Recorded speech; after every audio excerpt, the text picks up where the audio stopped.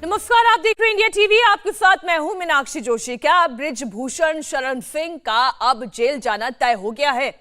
बृजभूषण पर दो एफआईआर दर्ज की गई हैं। इस बीच रेसलर्स के धरने पर जमकर पॉलिटिक्स भी हो रही है। जंतर मंतर पर आज सुबह से जबरदस्त हलचल है। आज सुबह प्रियंका गांधी जंतर मंतर पर जाकर महिला पहलवानों से मिली तो 3 पहलवान अब से थोड़ी देर पहले दिल्ली के कनॉट प्लेस पुलिस थाने पहुंचे। विनेश फोगाट, साक्षी मलिक और बजरंग पूनिया कनॉट प्लेस थाने पहुंचे हैं, जहां वो अपना बयान दर्ज करवा सकते हैं। अब पुलिस पूरे मामले की जांच में जुट गई है और तीनों पहलवान इस वक्त थाने में मौजूद हैं। जंतर मंतर पर बैठी महिला पहलवानों के धरने पर सियासी दंगल भी छिड़ा हुआ है। आज सुबह सुबह कांग्रेस महासचिव प्रियंका गांधी वाड्रा महिला पहलवानों से मिलने के लिए जंतर मंतर पर ही पहुंची। उन्होंने विनेश फोगाट, साक्षी मलिक से अकेले में मुलाकात की, उनकी शिकायतों को सुना और इसके बाद प्रियंका ने सीधा प्रधानमंत्री से सवाल पूछ लिया कि सरकार आखिर बृजभूषण शरण सिंह को क्यों बचा रही है, उनका इस्तीफा क्यों नहीं ले रही है। सुप्रीम कोर्ट के आदेश के बाद कल रात दिल्ली पुलिस ने बृजभूषण शरण सिंह के खिलाफ 2 एफआईआर दर्ज की। इनमें एक एफआईआर पॉक्सो एक्ट के तहत दर्ज की गई है। पुलिस अब पूरे मामले की जांच शुरू करेगी, लेकिन पूरे मामले पर सियासत भी तेज है। आज केजरीवाल भी जंतर मंतर पर धरना स्थल पर जाने वाले हैं।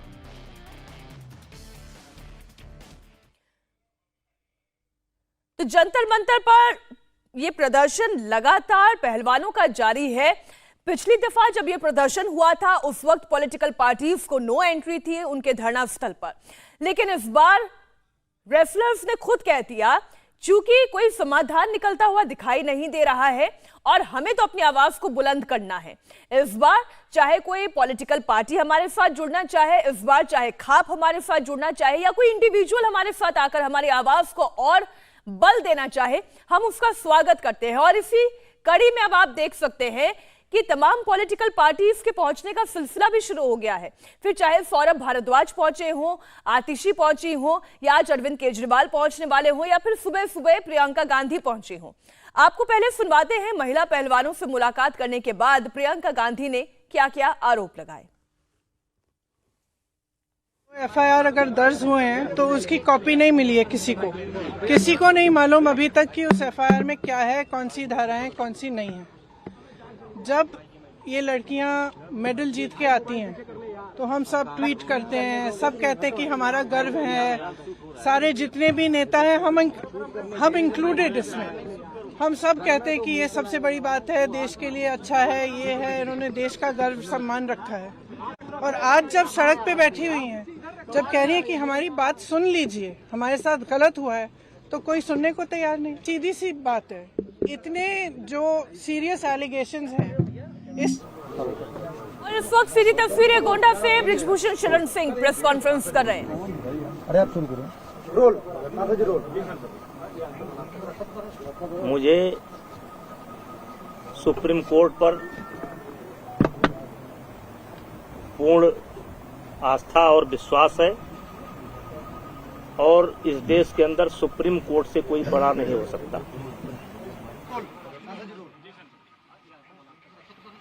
मुझे सुप्रीम कोर्ट पर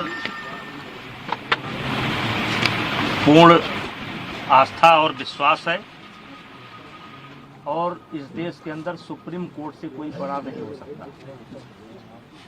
और सुप्रीम कोर्ट ने के सामने कल एफआईआर करने की बात आई है और अभी यद्यप एफआईआर की कॉपी मेरे पास नहीं है, लेकिन एफआईआर हो ही गई होगी और उसमें मुझे कुछ गलत प्रतीत नहीं होता है। और जो जांच एजेंसी वर्तमान समय में दिल्ली पुलिस है, उस पर भी मुझे पूरा भरोसा है। मुझे किसी प्रकार से कोई शिकायत नहीं है और मैं पूरी तरह से निर्दोष हूं और इन आरोपों का सामना करने के लिए तैयार हूं। जांच एजेंसी जहां भी उचित समझेगी उसकी हर जांच में सहयोग करने के लिए मैं तैयार हूं। मुझे पहले भी भरोसा था, आज भी भरोसा है। सुप्रीम कोर्ट से ऊपर इस देश के अंदर कोई नहीं हो सकता है और सुप्रीम कोर्ट का आदेश सर्वमान्य है और मुझे या मेरे समर्थकों को ये आदेश सर्वमान्य है और मुझे जांच एजेंसी पर भी पूरा भरोसा है और मुझे और मेरे समर्थकों को न्याय मिलेगा, क्योंकि लगातार कई महीने से गाली पर गाली, गाली पर गाली, गाली पर गाली, आरोप पर आरोप, आरोप पर आरोप, इससे हमें भी कष्ट होता है, हमारे परिवार को भी कष्ट होता है, हमारे समर्थकों को भी कष्ट होता है। लेकिन हम चाहेंगे कि निष्पक्ष जांच जो सुप्रीम कोर्ट के आदेशानुसार दिल्ली पुलिस कर रही है वो करें और शीघ्र ही मेरा एक शब्द है कि शीघ्र ही जल्द से जल्द ये जांच पूरी करके जो भी कार्रवाई बनती हो उसे करना चाहिए। पॉस्को जैसे गंभीर आरोप की चर्चा हो रही है, क्या कहेंगे? देखिए, मुझे न्यायपालिका पर भरोसा है, जांच पर भरोसा है, देश के अंदर जो न्याय देने की प्रक्रिया है उस पर भरोसा है। अलग से मुझे कुछ नहीं कहना है। फेडरेशन के अध्यक्ष के तौर पर सांसद जी आपसे लोग बोल रहे हैं कि अगर आप इस्तीफा दे देंगे तो एक सही जांच हो जाएगी, इस पर आपका क्या कहना है? नहीं, फेडरेशन का कोई रोल नहीं है, फेडरेशन का कोई रोल नहीं है और इन लोगों की डिमांड लगातार बदलती है। अगर इनके पुराने बयानों को आप सुनेंगे तो ये जनवरी में इनकी मांग निकल करके आई थी कि अपने पद से इस्तीफा दें। मैंने उस समय कहा था कि पद से इस्तीफा देने का मतलब है कि मैंने इनके आरोपों को स्वीकार कर लिया। मेरा कार्यकाल लगभग पूरा हो चुका है, जब तक नई बॉडी नहीं बन जाती है और अभी सरकार ने आईओ की एक कमेटी गठित की है, 3 लोगों की कमेटी गठित की है, जिसमें एक कोई हाई कोर्ट का जज होगा या सुप्रीम कोर्ट का जज होगा। उनकी देखरेख में 45 दिनों के अंदर चुनाव संपन्न होना है। चुनाव संपन्न होते ही मेरा कार्यकाल स्वतः समाप्त हो जाएगा। इस्तीफा कोई इतनी बड़ी चीज नहीं है, लेकिन अपराधी बनकर नहीं, अपराधी बनकर के नहीं, मैं अपराधी नहीं हूँ। और इनकी डिमांड लगातार बदल रही है। अगर इनके बयान को आप सुनेंगे तो लगातार ये देखेंगे कि ये हर रोज एक नया मुद्दा लेकर के आ जाते हैं। इन्हीं के कहने पर जांच कमेटी बनी, इन्हीं के कहने पर एक व्यक्ति ऐसा है जिसको जांच कमेटी में शामिल नहीं होना चाहिए था, उसको भी सरकार ने शामिल किया। मुझे आपत्ति करनी चाहिए थी, मैंने कोई आपत्ति नहीं की। जांच कमेटी की रिपोर्ट लगातार इनके पास पहुंच रही थी। कौन कौन खिलाड़ी क्या क्या बोला, लगातार डे बाई डे इनके पास पहुंच रही थी। इनको जब आभास हो गया कि जांच कमेटी में कोई आरोप सिद्ध नहीं हो रहे हैं तो इन्होंने कमेटी के सार्वजनिक होने का इंतजार भी नहीं किया और ये सुप्रीम कोर्ट चले गए और एक कोई नया मामला लेकर के भी गए हैं और सुप्रीम कोर्ट में नया मामला लेकर के गए हैं। और इन्होंने जिन बच्चों को पहले पेश किया है, कोई नाबालिग मैं नहीं जानता, एक ऐसा हवा में निकल करके आ रहा है कि उसमें से कोई नाबालिग है, तो मेरा सवाल यह है कि उसको जांच कमेटी के सामने क्यों नहीं पेश किया गया। और मैंने एक ऑडियो दिया है जिसमें एक खिलाड़ी, मैंने एक ऑडियो दिया है जिसमें धरने पर बैठा हुआ एक खिलाड़ी किसी लड़की से कह रहा है कि किसी भी लड़की का इंतजाम कर दो, किसी भी तरीके से इंतजाम कर दो। मतलब ये 4-4 महीना मेरे खिलाफ लोगों को उकसाएंगे, भड़काएंगे, सबूत इकट्ठा करेंगे और फिर 3 महीने बाद एक ले जा करके फिर किसी न किसी को पेश कर देंगे। चलिए, मुझे उस पर भी कोई आपत्ति नहीं है, ये काम जांच एजेंसी का है, वो जांच एजेंसी अब काम करेगी। लेकिन हमने तो लगातार सरकार के फैसले का सम्मान किया और ये लगातार इसका उल्लंघन कर रहे हैं। रोज रोज ये नई डिमांड लेकर के आ जा रहे हैं। अब जांच एजेंसी की रिपोर्ट सार्वजनिक होने का इनको इंतजार करना चाहिए। फिर ये धरने पर बैठ गए। अब धरने पर बैठ गए पहले इनकी मांग थी FIR की जाए, चलिए भाई इनकी मांग स्वीकार हो गई, अब FIR हो गई। अब इनको चाहिए, अब कहते हैं कि जेल के अंदर होना चाहिए, सारे पदों से इस्तीफा देना चाहिए। तो ये जो मेरे पास, मैं लोकसभा का सदस्य हूँ, ये पद मुझे दिनेश फोगाट की कृपा से नहीं मिला है, हमारे क्षेत्र की जनता ने मुझे दे रखा है। और एक बार नहीं, 6 बार दे रखा है। 6 बार मुझको दिया, मेरी पत्नी को दिया, और उनको वो उनकी कृपा पर नहीं है। और कुश्ती संघ का अध्यक्ष पद भी उनकी कृपा पर नहीं है। मैं चुनाव लड़ करके जीता हूँ।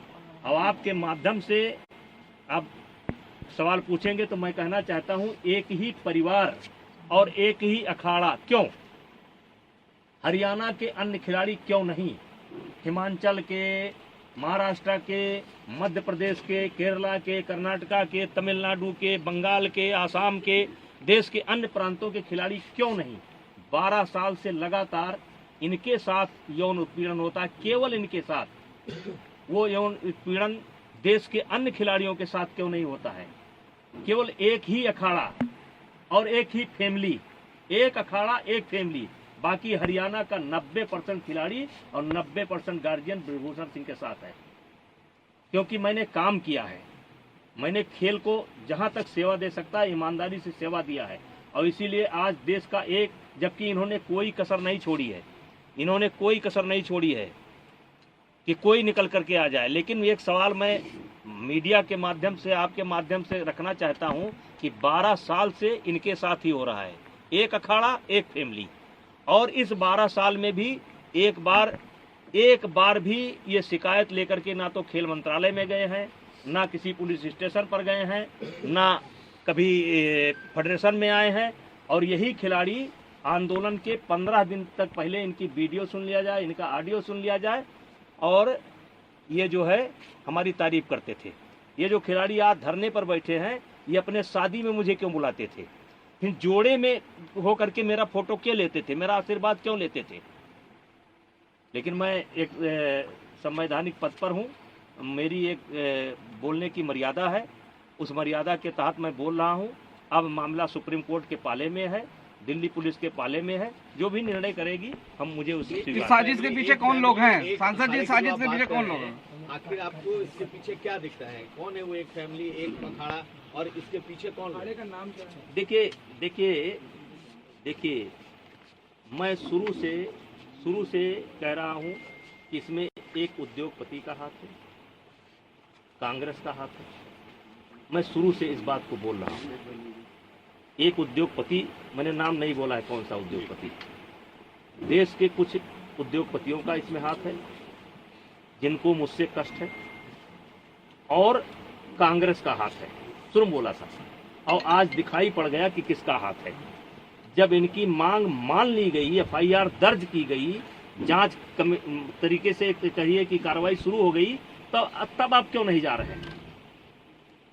अब क्यों मोदी जी के खिलाफ बोल रहे हैं? अब क्यों खेल मंत्रालय के खिलाफ बोल रहे हैं? अब क्या जरूरत है? पप्पू यादव को बुलाने की क्या जरूरत है? केजरीवाल को बुलाने की क्या जरूरत है? वो कोई रिटायर गवर्नर है, क्या नाम उसका, सतपाल मलिक को बुलाने की क्या जरूरत है? प्रियंका गांधी जी को तथ्य मालूम नहीं है। जिस दिन प्रियंका गांधी जी को तथ्य मालूम होगा कि दीपेंद्र हुड्डा ने कहां ला करके मुझे फंसा दिया, उस दिन उनको मालूम पड़ेगा। ये जांच की रिपोर्ट आएगी तब उनको मालूम पड़ेगा गलत जगह पर फंस गए। आज जो कांग्रेस की दुर्गति हो रही है ना, इसीलिए हो रही है। कभी वो सर्जिकल स्ट्राइक पर सवाल उठाएंगे, कभी एयर स्ट्राइक पर सवाल उठाएंगे, कभी कोरोना पर सवाल उठाएंगे। अब पूरा मामला पता नहीं क्या जंतर मंतर पहुंच गए। जांच का इंतजार कर लेते, दिल्ली पुलिस की रिपोर्ट का इंतजार कर लेते, तब जंतर मंतर पहुंचते। राजनीतिकरण हो रहा है, आम आदमी पार्टी पहुंच रही है। ये राजनीतिकरण शुरू से, मैं तो फर्स्ट डे से कह रहा हूं कि ये खिलाड़ियों का धरना नहीं है, ये कुछ षड्यंत्रकारी लोग हैं जो हमारी पार्टी को नुकसान पहुंचाना चाहते हैं, जिसमें मुझे मोहरा बना रहे हैं। निशाना जरूर आपके ऊपर है, लेकिन लक्ष्य दूसरा है कोई नहीं। निशाना हमारे ऊपर है, हम बहाना है, निशाना और है, और निशाना आ रहा है। आज देख लिए जैसे जांच कमेटी पर आपने कैसे सवाल खड़ा कर दिया। आपके कहने पर एक ऐसे व्यक्ति को कमेटी में शामिल किया गया जिसको नियमतः नहीं शामिल किया जा सकता था, क्योंकि उसी ने धरने की परमिशन ली थी और उसके बावजूद भी उसको कमेटी में शामिल किया गया। आपको लगता है सरकार झुकती चली गई है इन लोगों के साथ? यही वजह है कि मांग भी बढ़ती चली गई। अब देखिए, मैं सब चीज़ों पर नहीं बोल सकता। मामला सुप्रीम कोर्ट में है और सुप्रीम कोर्ट के संज्ञान में है और पुलिस के निगरानी में है। मैं बहुत कुछ नहीं बोल सकता। सांसद जी, आप इस सर, बात इसमें का आपने एक दबाव बात कही थी महसूस कि आपने कर जो रहे हैं? ऑडियो थी वो ऑडियो किसको दी है? वो जो एक खिलाड़ी की ऑडियो, जांच कमेटी को। कौन खिलाड़ी था ये? कोई जरूरी है भाई? जांच कमेटी को दे रखी है। वो लड़कियों से बात करता है कि भाई देखो, कोई लड़की बात कर लो, कोई लड़की किसी भी तरीके से कोई लड़की ले आओ, और ले आए। क्योंकि जो आईओ के सामने जो बच्चे पेश हुए हैं या जो बच्चे ओवरसाइट कमेटी के सामने पेश हुए हैं, उसमें वो बच्चा नहीं था। यद्यप मुझे उस बच्चे का नाम पता भी नहीं मालूम है, लेकिन वो बच्चा नहीं था। सांसद जी, जैसे कि 16 से 18 जब खेल हुआ, तो क्या इस खेल को जो पहली बार रोका गया था और दोबारा हो गया, इसके बाद ये टाइमिंग क्या कैसे देखा जाए कि ये धरना शुरू हो गया? अब देखिए, बहुत अच्छा सवाल आपने किया। ये कहते हैं कि मुझे कुश्ती को बचाना है, इसलिए हम इस धरने पर बैठे हैं। हमारे देश को एशिया चैंपियनशिप जूनियर अलॉट थी, आपने पत्र लिख लिख करके उसको कैंसिल करवा दिया। ये इन्होंने कुश्ती को बचाया।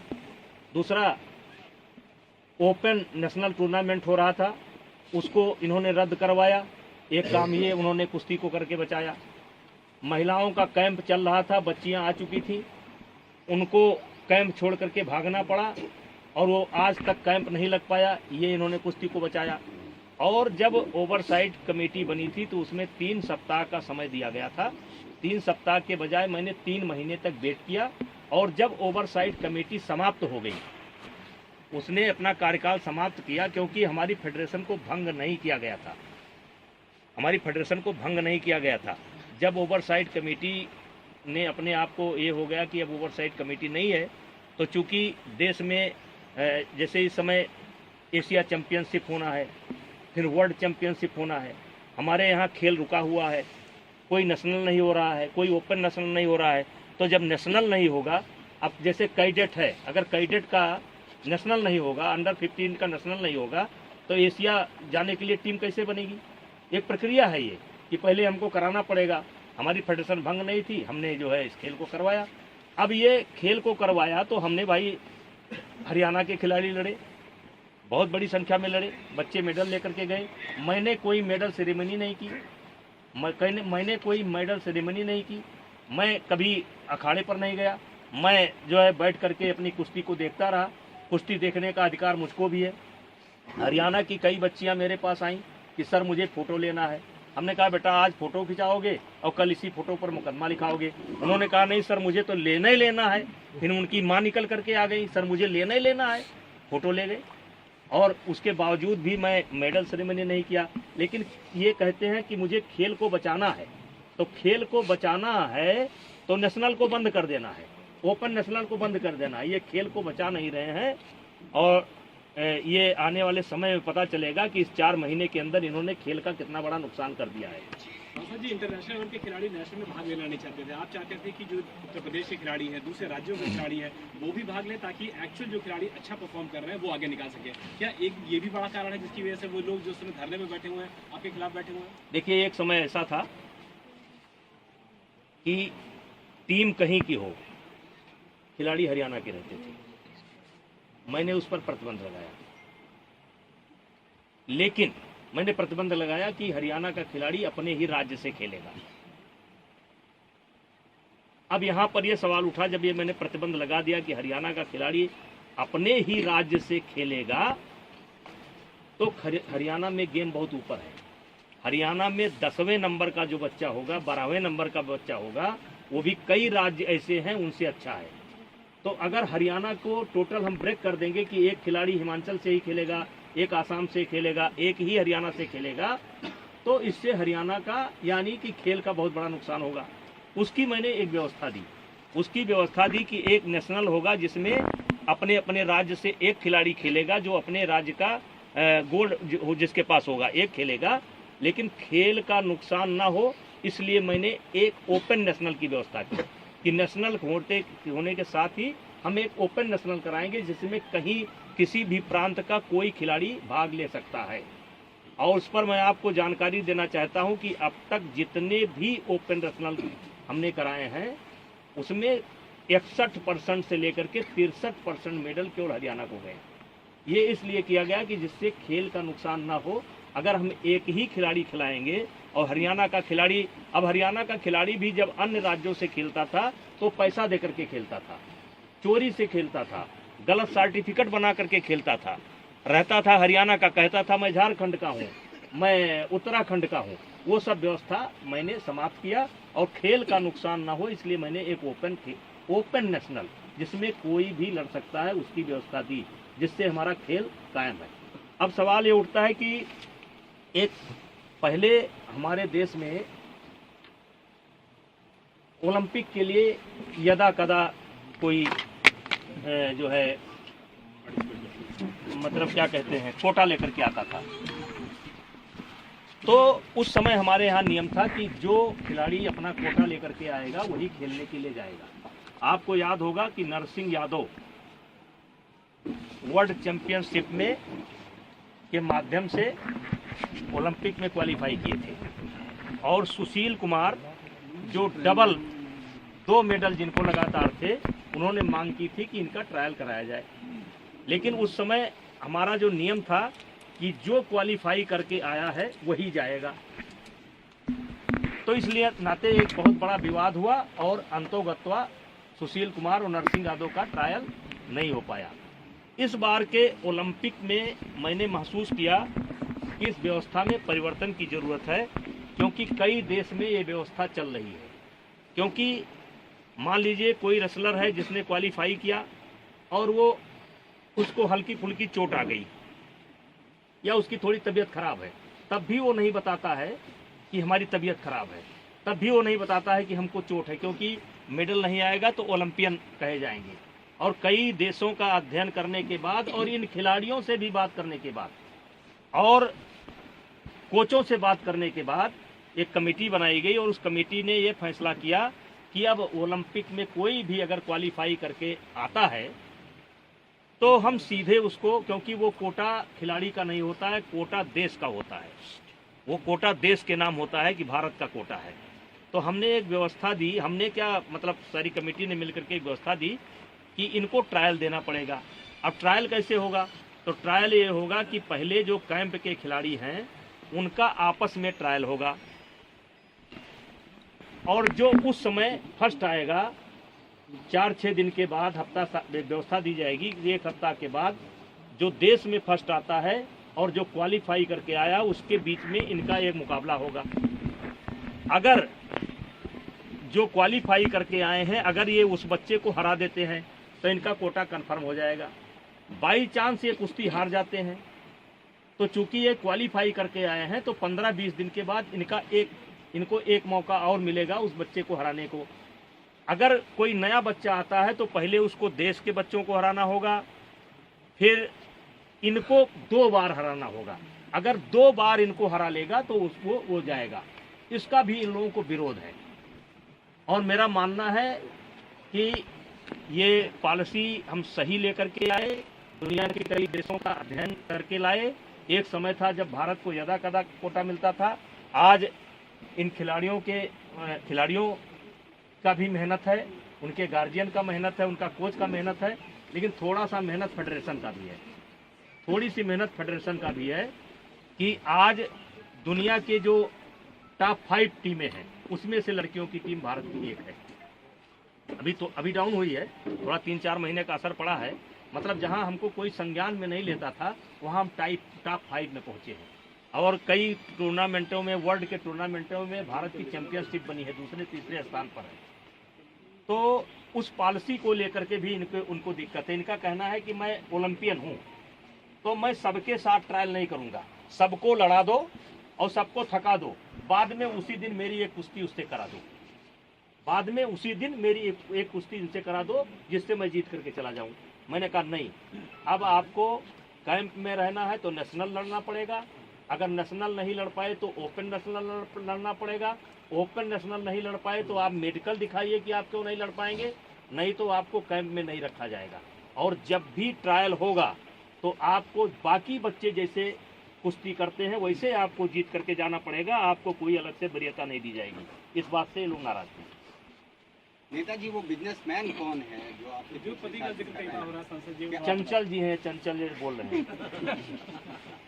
इंडिया टीवी हर वक्त हर जगह डाउनलोड करने के लिए सर्च करें India TV news Google play store या ऐप स्टोर पर।